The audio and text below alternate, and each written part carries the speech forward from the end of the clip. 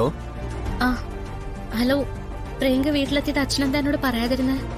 അമ്മ പറഞ്ഞോ മോളോട്? പറഞ്ഞു. എന്താ വിളിച്ചു പറയണ്ടെന്ന് സത്യത്തിൽ അച്ഛൻ അറിയില്ല മോളെ. പ്രിയങ്കയും കൂട്ടി വീട്ടിൽ വരുമ്പോ അത് വേണ്ടെന്ന് പറയാൻ പറ്റില്ലല്ലോ. പ്രിയങ്ക വീട്ടിലേക്ക് വന്നതിൽ എനിക്ക് വിഷമമൊന്നുമില്ല അച്ഛാ. അവളുടെ ഇപ്പോഴത്തെ അവസ്ഥ വളരെ സങ്കടകരാ. അവൾ ചെയ്തു കൂട്ടിയ തെറ്റുകൾക്കെല്ലാം ശിക്ഷ ദൈവം കൊടുത്തു എന്ന് പറഞ്ഞാൽ മതിയല്ലോ. അച്ഛാ, എനിക്ക് അവളെ കാണുന്നുണ്ട്. ഞാനൊന്നും അങ്ങോട്ട് വരട്ടെ? തൽക്കാലം ഉടനെ വേണ്ട മോളെ. പ്രിയങ്ക ഇവിടെ തന്നെ ഉണ്ടല്ലോ. മോൾ സൗകര്യം പോലെ ഇറങ്ങിയാൽ മതി.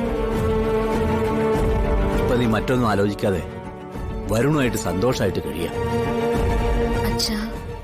പലതും ഓർത്ത് പേടിക്കാനുണ്ടാവും കുട്ടി. അതൊക്കെ മനസ്സിന്ന് മാറ്റിക്കളയാനാ അച്ഛൻ പറയുന്നത്. മനസ്സിലായ മോക്ക്? അച്ഛാ, പ്രിയങ്കയുടെ ചികിത്സയ്ക്ക് ഒരുപാട് പണം ആവശ്യമുണ്ടാവില്ലേ? ഉണ്ട്. എങ്ങനെയായാലും നടത്താതിരിക്കാൻ പറ്റില്ലല്ലോ. അച്ഛൻ എന്ത് ചെയ്യാ? വീണ്ടും കടം വാങ്ങിക്കാനല്ലേ പറ്റൂ? അതാണ് ദൈവവിധിയെങ്കിൽ അത് തട്ടിക്കളയാൻ പറ്റില്ലല്ലോ മോളെ. ആ അച്ഛാ, മ്യൂസിക് സ്കൂളില് ഞാൻ ക്ലാസ് എടുക്കുന്നതിൽ ഒരു ശമ്പളം കണക്കാക്കിയിട്ടുണ്ട് ഫിദ മാഡം.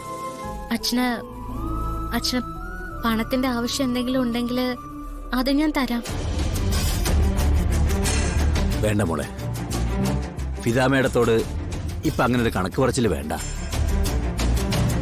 അവര് നമ്മുടെ കുടുംബത്തോട് ചെയ്ത കാര്യങ്ങൾ വെച്ച് നോക്കുമ്പോ ഇപ്പൊ ഇങ്ങനൊരു കണക്ക് പറച്ചില് വേണ്ട. എത്രയാ നമ്മൾ അങ്ങോട്ട് കൊടുക്കാനുള്ളത്?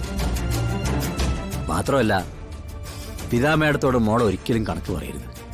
അല്ല, അങ്ങനെയാണെങ്കിൽ ഞാൻ കുറച്ച് സ്വർണം സംഘടിപ്പിച്ചു തരട്ടെ? അച്ഛനത് പണയം വെക്കോ വിൽക്കോ എന്താ വേണേലും ചെയ്തോ. ഉള്ളതൊക്കെ സ്വരുക്കൂട്ടി ഞാൻ ദേഹത്തിട്ടുന്ന പൊന്നിന്റെ കാര്യമല്ലേ പറയുന്ന മോള്. എന്റെ കുട്ടിക്ക് തന്നത് കുറഞ്ഞു പോയെന്ന് പറഞ്ഞ് മനസ്സ് വിഷമിപ്പിക്കുന്ന ഒരാളാ ഞാൻ. അപ്പൊ പിന്നെ തന്നത് തിരിച്ചു ചോദിക്കുന്നത് എങ്ങനെയാ മോളെ? എന്നെ അങ്ങനെ അന്യായിട്ടൊന്നും കരുതണ്ട. ഞാനല്ലേ അച്ഛനോട് ചോദിക്കുന്ന. ഞാൻ ഈ പറഞ്ഞ കാര്യങ്ങൾക്ക് യാതൊരു തടസ്സവും ഉണ്ടാവില്ല. അതൊന്നും വേണ്ട കുട്ടി. അതൊക്കെ അച്ഛനെ എങ്ങനെയെങ്കിലും ശരിയാക്കിക്കോളാം.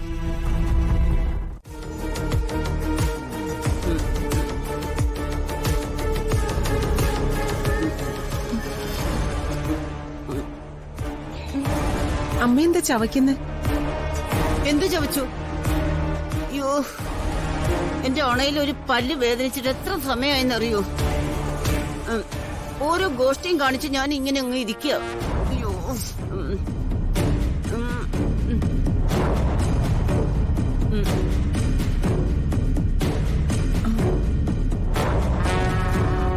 ഇവളുടെ വായിൽ എന്താ അമ്മേ?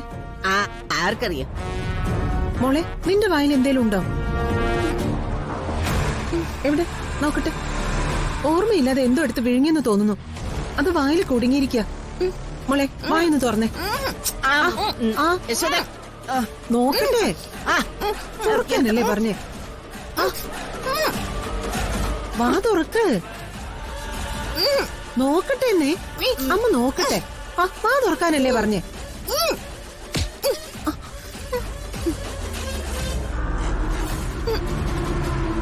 എന്നാ മോളി ഗുളികയെങ്കിലും കഴിക്കേ.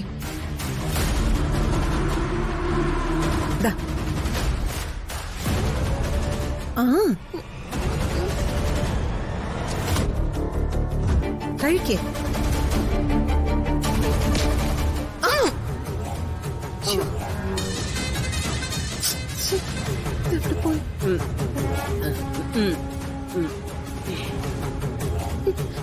എനിക്ക് മരുന്ന് വേണ്ട. പോയിക്കോ, എന്റെ മുന്നിൽ നിന്ന് പോ. എനിക്ക് മരുന്ന് വേണ്ടെന്നല്ലേ പറഞ്ഞ മോളെ. പോ, എന്റെ മുന്നിൽ നിന്ന് പോ. മുത്തശ്ശി പോവാൻ പറ.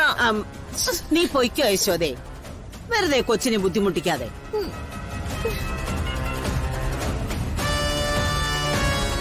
എനിക്ക് വേണ്ട. എനിക്ക് മരുന്ന് വേണ്ട. പോവാൻ പറ. എനിക്ക് വേണ്ട. എനിക്ക് മരുന്ന് വേണ്ട. എനിക്ക് മരുന്ന് വേണ്ട. എന്നെ വീട്. എടി അവള് പോയി.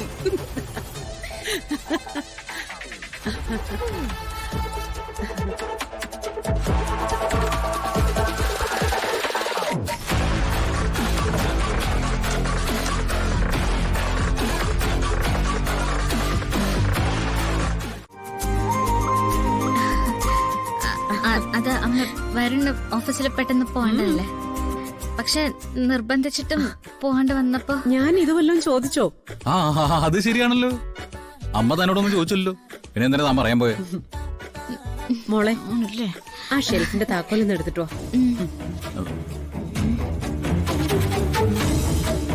എന്തിനാ അമ്മേ? എന്റെ കല്യാണ മോതിരം ഒന്ന് ഒടിഞ്ഞിട്ടുണ്ടായിരുന്നു. ആ എന്നിട്ട് അമ്മ എന്താ എന്നോടൊന്നും പറയായിരുന്നത്? ഞാനത് ശരിയാക്കി കൊണ്ട് തരില്ലായിരുന്നു. അതിന് നീ ഇങ്ങനെ ചാടണ്ട. ശരിയാക്കണമെന്ന് തീരുമാനിച്ചതാ, പക്ഷെ ആഭരണങ്ങളുടെ കൂട്ടത്തിൽ അതങ്ങ് വെച്ചു. ഇപ്പൊ അതൊന്ന് ശരിയാക്കണമെന്ന് തോന്നി. എന്നാ അത് പോയി എടുത്തോണ്ട് വാ, ഞാനേ അത് കൊണ്ടുപോയി ശരിയാക്കി കൊണ്ടുവരാം. അതിന് നിന്റെ സഹായം എനിക്ക് ആവശ്യമില്ല. ഞാനത് ആരെങ്കിലും കൊണ്ട് ശരിയാക്കിച്ചോളാം. കണ്ടോളൂ, സ്വന്തം വിവാഹ മോതിരം മകനെ വിട്ട് നന്നാക്കിപ്പിക്കാൻ പോലും താല്പര്യമില്ല. അതിന് ശ്രീമതി പത്മിനിക്ക് നേരിട്ട് പോണം. ആ അങ്ങനെ തന്നെ വെച്ചോ. അമ്മേ ദേ താക്കോല്. ആ എന്റെ കയ്യിൽ തരണ്ട, മോളും കൂടി എന്റെ കൂടെ വാ. അല്ല അതെന്തിനാ അമ്മയ്ക്ക് തനിച്ചങ്ങ് പോയി എടുത്താ പോരെ? ഒരു കാര്യം ഞാൻ മോളെ ഏൽപ്പിച്ചതല്ലേ, അത് കഴിഞ്ഞു പോയി തുറക്കുമ്പോഴും അടയ്ക്കുമ്പോഴും മോള് കൂടെ വേണ്ടേ? അതാ ഈ താക്കോൽ കൂട്ടം നിന്നപ്പോ ഞാൻ വാങ്ങിക്കുന്നില്ലെന്ന് പറഞ്ഞേ. ഇനി ഇങ്ങനെ പറഞ്ഞ എന്നെ കൊന്നാലും ഞാൻ താക്കോല് മേടിക്കില്ല കേട്ടോ. അമ്മ പോയിട്ട് നോക്കാം.